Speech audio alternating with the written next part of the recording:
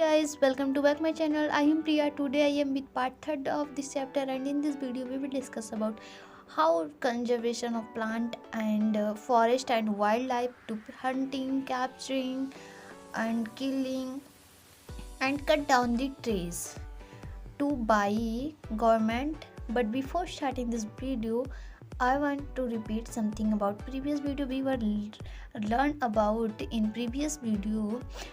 Deforestation definition and its causes, what we face and the consequence of deforestation, and we continue cut down the trees या forest. So आने वाले generation को क्या face करना पड़ेगा. सो ये सब हम अपने प्रीवियस वीडियो में पढ़े थे, एंड इस वीडियो में हम पढ़ेंगे कि वाइल्ड लाइफ एंड फॉरेस्ट को हम कैसे कंजर्वेशन कर सकते हैं. So let's conservation of forest and wild life. हम फॉरेस्ट एंड वाइल्ड लाइफ को कैसे बचा सकते हैं, तो आज का हमारा टॉपिक यही है. तो चलिए पढ़ते हैं. The death or killing of wild animals disturb the food chain in which these animals take part, resulting in undesirable consequence for the whole ecosystem. Means यदि हम प्लांट्स, वाइल्ड एनिमल्स जितने भी हैं, अगर हम उनको मार देंगे, किलिंग कर देंगे, हंटिंग कर देंगे, कैप्चरिंग कर देंगे, उनका डेथ कर देंगे, तो उससे क्या होगा, हमारे फूड चेन में एक क्या आ जाएगी, इशू आ जाएगी, जिसके कारण हमारा फूड चेन डिस्टर्ब हो जाएगा. एंड जब फूड चेन डिस्टर्ब होगा तो हमारे अर्थ पर कुछ ऐसा वैसा मीन्स धमाका होगा, मीन्स कुछ बड़ा नुकसान होगा हमारे जब फूड चेन में, तो उसके कारण हमें भी कुछ डिस्टर्ब होगा. जैसे कि एग्जाम्पल के तौर पे समझने की कोशिश कीजिए कि अगर क्या हमारा ट्रीज क्या है, ट्री प्रोड्यूसर हैं एंड हम कंज्यूमर हैं, एंड माइक्रो ऑर्गेनिजम्स टेरिटरी हैं. तो सो फॉरेस्ट से हम कंज्यूमर नहीं, फॉरेस्ट ग्रास होपर है, ग्रास होपर ग्रास को खाएगा, उसके बाद उसको फ्रॉग खाएगा, तो ये सेकेंडरी हो गया.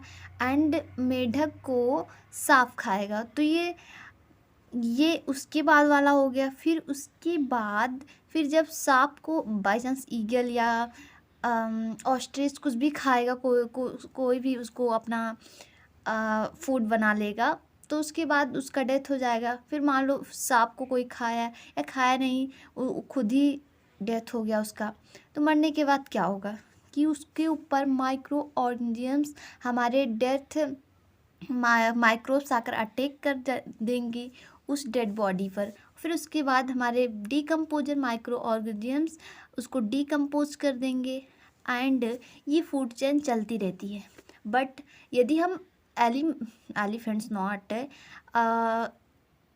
Snacks, eagle, frog and in सबको, या टाइगर, लायन, इन सबको हम खुद हंटिंग करेंगे, कैप्चरिंग करेंगे अपने पर्पस के लिए, अपने काम के लिए, तो जो हमारा फूड चैन का बैलेंस है वो थोड़ा डिस्टर्ब हो जाएगा. अगर हम प्लांट को काट देंगे तो ग्रास होपर का खाना नहीं रहेगा.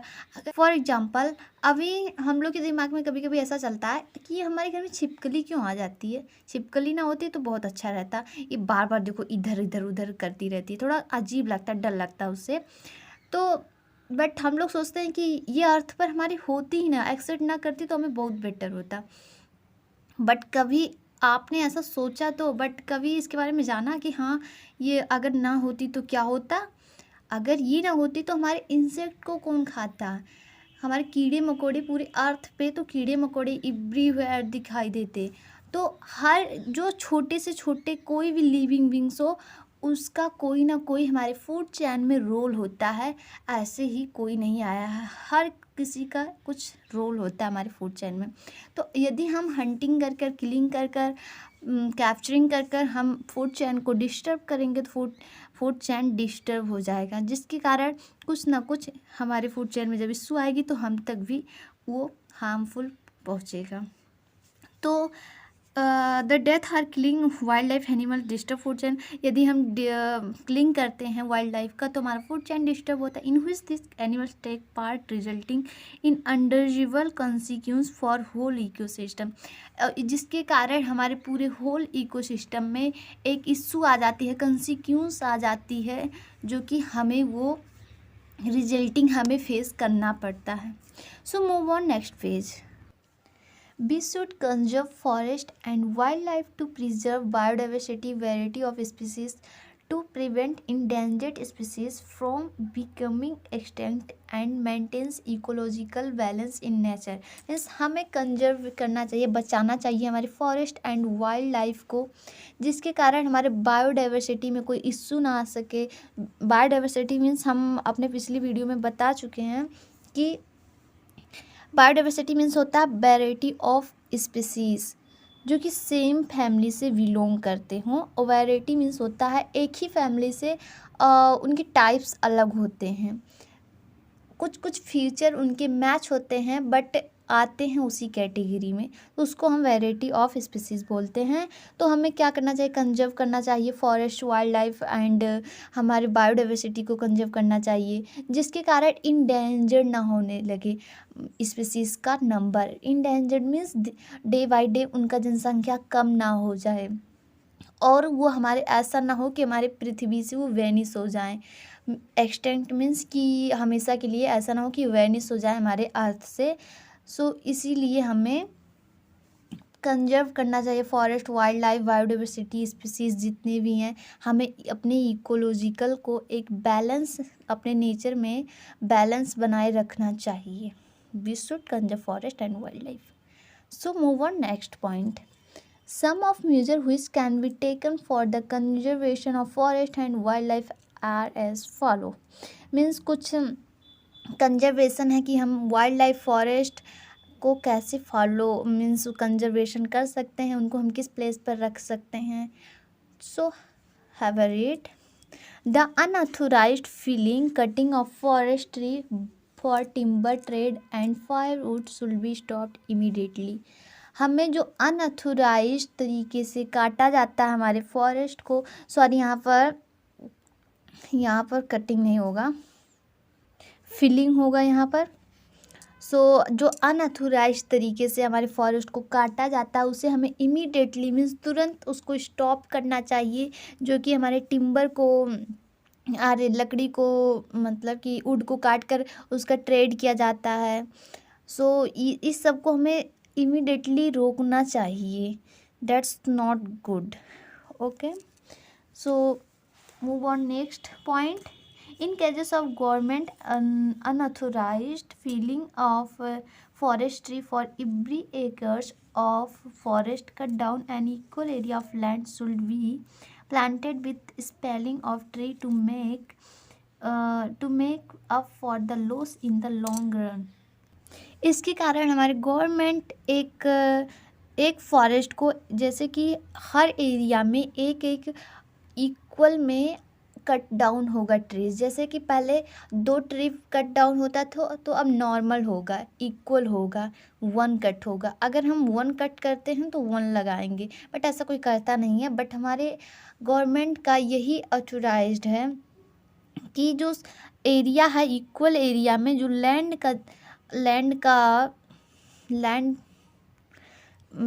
पर हमें प्लांट को लगाना चाहिए, प्लांटिंग करना चाहिए। एंड जितना हम अगर डिफॉरेस्टेशन किए हैं उतना ही हमें रिफॉरेस्टेशन करना चाहिए, हमारे ऐसा गवर्नमेंट का हमारे आदेश है, तो उस लैंड पे प्लांटेड करना चाहिए। सो अब चलिए हम पढ़ते हैं तीसरा। The natural habitats of wild animals should be preserve by establishing conservation areas such as biosphere reserve, wildlife sanctuary and national park where the wildlife animals can flourish in national surrounding। सो इसी के लिए अगर हर area में ऐसा हुआ कि हर area में cut down trees, मतलब कि फॉरेस्ट का प्रिजर्वेशन हो ही नहीं रहा था, समझ लीजिए। तो हमारे गवर्नमेंट ने क्या किया कि उन्होंने wild life sanctuary, biosphere reserve and national park, इन सबको हमें वाइल्ड लाइफ या वाइल्ड एनिमल्स को प्रिजर्वेशन करने के लिए ये सब को रिफ्लेक्ट किया। तो ऐसा नहीं है कि इन लोग को इन्हीं के एरिया में होकर ही national park and biosphere reserve, wild life sanctuary ये सब बनाया जाता है। और ये नहीं कि कोई नॉर्मल आदमी इसे बनवा सकता है, कोई भी मैन ऐसे वैसे नहीं बनवा सकता, ओनली गवर्नमेंट ये काम करवाता है। कोई किसी के पास कितना भी पैसा हो तो बट कोई ऐसा नहीं बनवाता, बिकॉज ये गवर्नमेंट के हाथ में होता है। सो move on next. A total a total ban should be imposed on the poaching, killing or capturing of any wild animals or bird। तो टोटल हमें नहीं, मतलब टोटल बैन हो गया है कि अब हम किसी भी एनिमल्स या बर्ड को कैप्चरिंग, किलिंग, पोचिंग नहीं कर सकते हैं। ऐसा हमारे गवर्नमेंट का आदेश है। तो ऐसा अब होने भी लगा है। प्लांट नॉट बर्ड, एनिमल्स, इन सब का कैप्चरिंग, पोचिंग होने से इम्पोज्ड हो गया है। सो अब हम देखेंगे कि जो गवर्नमेंट के द्वारा कंजर्वेशन एरिया है 3 वाइल्ड लाइफ सेंचुरी। सो इन तीनों के बारे में अब हम डिस्कस करेंगे। सो लेट्स सो फर्स्ट है बायोस्फीयर रिजर्व, सेकंड है wild life sanctuaries and third is national park. So एक एक कर अब हम तीनों को पढ़ेंगे। तो चलिए पहला हम बायोस्फीयर रिजर्व पर चलते हैं। So first point is a biosphere reserve is a large protected area of land meant for conservation of wildlife, biodiversity and traditional lifestyle of the tribal people living in the area। Means biosphere reserve एक large area पर उसको point किया जाता है, indicate किया जाता है। And ये वाइल्ड लाइफ एंड बायोडाइवर्सिटी को कंजर्वेशन करता है। और इसके साथ साथ हमारे ट्रेडिशनल लाइफ स्टाइल जो हैं, जिसको हम ट्रिबल्स भी कहते हैं, वो लोग भी इस एरिया में रहते हैं। तो यहाँ पर कंजर्वेशन, वाइल्ड लाइफ, बायोडाइवर्सिटी के साथ साथ ही हमारे जो ट्रेडिशनल लाइफ स्टाइल हैं, मीन्स ट्रिबल्स पीपल हैं, वो भी इस एरिया में रहते हैं। And second point is in creating the large area of conservation called biosphere reserve, the need of local people to have access to the resource of area has been kept in mind। in creating जो conservation है wild life biosphere reserve में, biosphere reserve हम किसे कहते हैं, जो कि एक लार्ज एरिया में क्रिएटिंग किया जाए, लार्ज एरिया में जिसको इंडिकेट किया जाए कि हाँ आज से ये एरिया क्या हो गया, बायोस्फीयर रिजर्व हो गया। और इसमें अब हमारी वाइल्ड लाइफ बायोडाइवर्सिटी को कंजर्वेशन किया जाएगा। तो एक लार्ज एरिया में जो क्रिएटिंग किया जाता है उसको हम बायोस्फीयर रिजर्व बोलते हैं। And the need of local people to have access to the resource of the area been kept in mind. अब यदि जो हम अभी क्या बताएं कि जो ट्राइबल पीपल हैं वो भी इस एरिया में रहते हैं, जो हमारे ट्रेडिशनल लाइफ स्टाइल हैं, तो उनको जो ज़रूरत होगी हमारे रिसोर्स से, हमारे फॉरेस्ट से, तो वो जाकर उतना वहाँ से ले सकते हैं, फल फ्रूट एंड हंटिंग, किलिंग, पचिंग, ये सब कर सकते हैं। बट इतना नहीं। जैसे फॉर एग्जांपल पहले क्या हुआ कि एक क्लास है एंड उस क्लास में टीचर ने बोला है कि तुम लोग के ओनली 6 आवर्स स्टडी करना है। तो आप लोग क्या करेंगे? 6 आवर इतना सीरियसली लेंगे? नो, ऐसा नहीं हो सकता। हम 6 आवर नहीं, 1 सेकेंड या 1 मिनट के लिए भी 6 आवर में ब्रेक नहीं लेना, आपको स्टडी करना। ओके, तो ऐसा कोई बच्चा कर ही नहीं सकता। कोई बोलेगा नहीं ऐसा हो ही नहीं सकता। तो यदि टीचर बोल दे अच्छा ठीक है चलो 1 आवर का इंट्रोल हो जाएगा, उसमें तुम लोग मौज मस्ती कर लेना, 1 आवर्स का प्ले हो जाएगा, कुछ भी हो जाएगा, तो उस पर बच्चे बोलेंगे या तब तो सही है, 1 घंटा हमें ब्रेक तो मिल रहा है। तो इससे क्या होगा कि अगर हम एक ही बार में बोल लें कि आपको स्टडी करना है तो नहीं हो पाएगा। अगर हम उसको थोड़ा कर कराएं, स्टडी और करें तो वो पॉसिबल है। तो इसी प्रकार से अगर पहले जिस तरह हंटिंग, पोचिंग, कैप्चरिंग उस एरिया के ट्रेडिशनल लाइफ स्टाइल करते थे, अगर हम उनको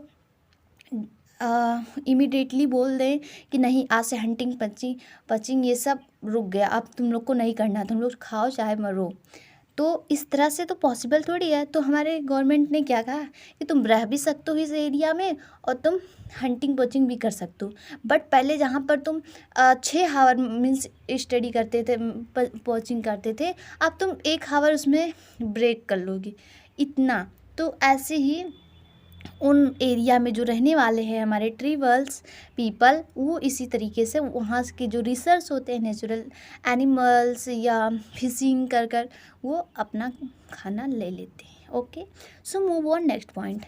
A biosphere reserve is a very large conservation area which is divided into 3 zones। तो कंजर्वेशन खुद तो इतना बड़ा है, तो इतना बड़ा का तो ओनली एक नाम तो हो ही नहीं सकता बायोस्फीयर रिजर्व, तो उसको 3 भागों में डिवाइड कर दिया गया है। तो चलिए देखते हैं। First is the inner most zone of biosphere reserve is known as core zone. First है इनर मोस्ट जोन, और इनर मोस्ट जोन को हम कोर जोन के नाम से भी जानते हैं। सो बायोस्फीयर 3 जोन में डिवाइड किया गया, इनर मोस्ट जोन एंड उसको हम बोलते हैं कोर जोन। तो अब कोर जोन के बारे में पढ़ते हैं। So the core zone of biosphere reserve is devoted to strict protection of wildlife. No human activity is allowed in the core zone of a biosphere reserve। Biosphere reserve में core zone में कोई भी human activity को allow नहीं होता है, and इस core zone में ओनली वाइल्ड लाइफ ही रहता है।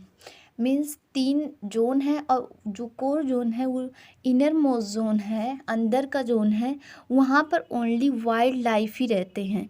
वहाँ पर कोई भी प्रकार का ह्यूमन एक्टिविटी या कोई भी रिसर्चर का जाना, वहाँ पर एजुकेशन कोई भी वहाँ पर नहीं जा सकता, अलाउ नहीं है।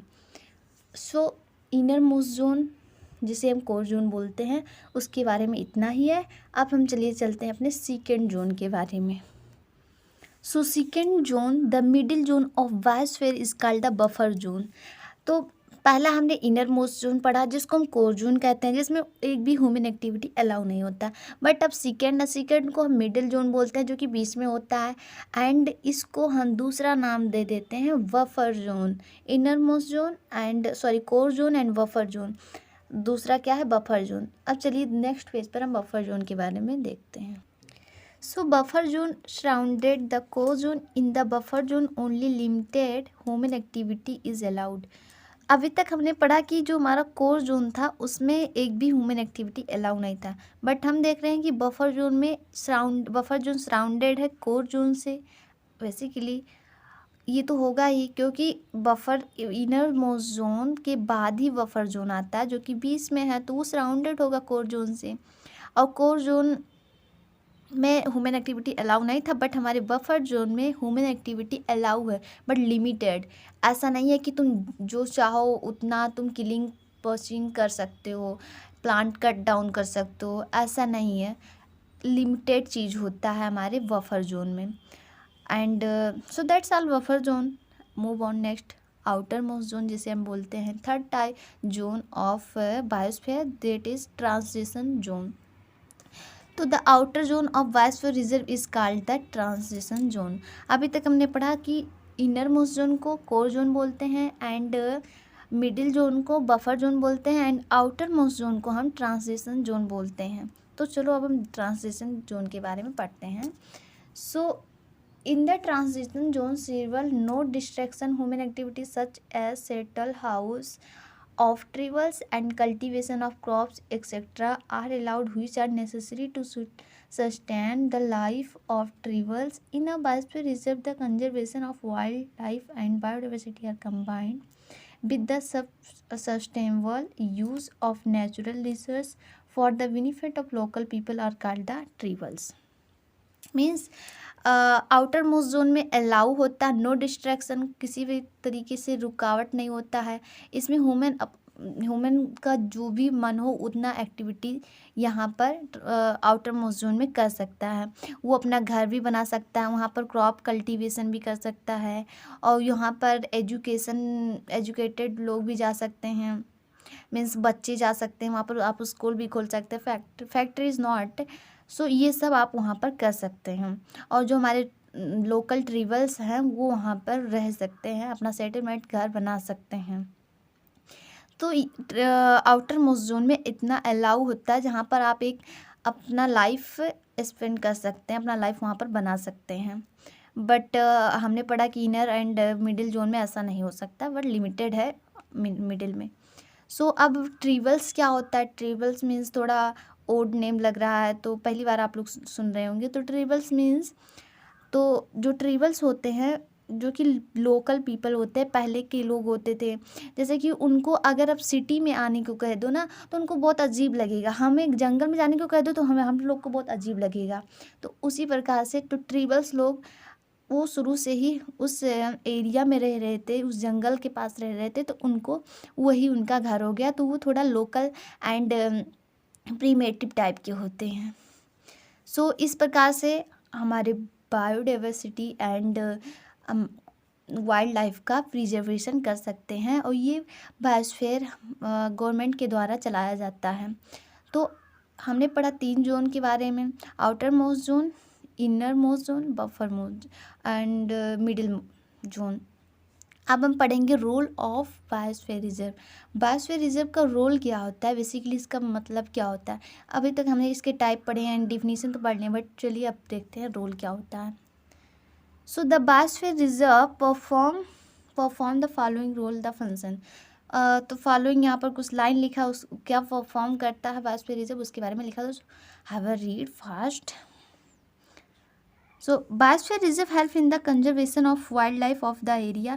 बायोस्फीयर कंजर्वेशन करता है हमारी वाइल्ड लाइफ को, और उस एरिया में ही कंजर्वेशन करता है। ऐसा नहीं है कि गवर्नमेंट कोई नया प्लाट खरीदा एंड लैंड खरीदा, वहाँ पर बोला कि नहीं आज से ये बायोस्फीयर रिजर्व है, यहाँ पर एनिमल्स को लाया गया एंड प्लांट को ग्रो कराया गया। नहीं, बायोस्फीयर रिजर्व ओनली अगर कहीं फॉरेस्ट है, उस फॉरेस्ट में ज़्यादा एनिमल्स हैं, कुछ भी हैं, तो उस फॉरेस्ट को बायोस्फीयर रिजर्व नाम दे दिया जाता है, और जो कि लार्ज लैंड पर होता है, एरिया में होता है।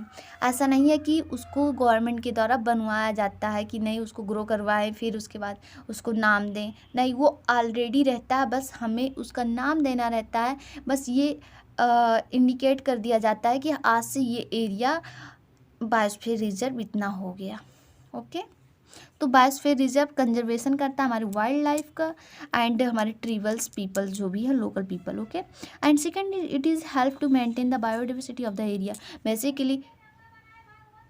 बेसिकली बायोडाइवर्सिटी को कंजर्व करने के साथ साथ वो मेंटेन भी रखता है। हंटिंग पंचिंग, अब जैसे कि पहले क्या होता था, मान लो 6 घंटा अगर हंटिंग पंचिंग होता था, अब तो वही 1 घंटा ब्रेक लेकर अब 5 आवर्स ही होता है। तो कितना ज़्यादा चेंजिंग हुआ, तो इसके कारण हमारा मेंटेन बायोडाइवर्सिटी होगा ही। Third is it is preserve the natural ecological condition in the area, और हमारा जो इकोलॉजिकल कंडीशन है वो इस एरिया में प्रिजर्व रहेगा। And next, it promote the economic development of the area which is comfortable with the conservation objectives। जो economic development है इसमें कंजर्वेशन ऑब्जेक्ट वो भी किया जाता है। जैसे कि अगर रिवर आ गया उस एरिया में जहाँ तक बायोस्फीयर रिजर्व है, तो उसको भी वहाँ पर कंजर्वेशन किया जाता है। Fifth is it help to maintain the life style of the tribals people living in the area. हमारे जो ट्रिबल्स पीपल होते हैं उनको भी रहने लाइफ स्टाइल जो होता है उनका वो भी मेंटेन हो जाता है अगर हम वहाँ पर बायोस्फीयर रिजर्व उसको इंडिकेट कर दिए। Six is it prevent the commercial explosion of the area. इसमें हम कॉमर्शियल मीन्स होता है लार्ज एरिया पर लार्ज अमाउंट पे कुछ भी कर सकते हैं, कि खेती भी कर सकते हैं, कल्टीवेशन के साथ साथ अगर हमें फिशिंग करना है यहाँ पर एक कॉमर्शियल यूज़ कर सकते हैं। जैसे मेडिसिन रिसर्चर थे, एजुकेशन साइंटिस्ट, इन लोग वहाँ पर जाकर रिसर्च कर सकते हैं। Seventh is it provide opportunities for scientist research environment education and tourism. जो कि बहुत सारे स्कूल में वहाँ टूर पर लेकर जाते हैं, तो वहाँ पर बच्चों को लेकर जाया जाता है, उनको इंस्पायर किया जाता है और इन्वायरमेंट को बता कर उनको एजुकेटेड किया जाता है, और साइंटिस्ट जाकर वहाँ पर रिसर्च कर सकते हैं एनिमल्स के बारे में। तो इतना सारा अलाउ होता है हमारे बायोस्फीयर रिजर्व में। बट इन कोर जोन में जाना अलाउ नहीं होता, मिडिल जोन में उतना जाकर साइंटिस्ट लोग रिसर्च कर सकते हैं। So that's all about this video, and आने वाली वीडियो में हम बात करेंगे wild life sanctuary and national zoo के बारे में। So till then keep learning, bye bye.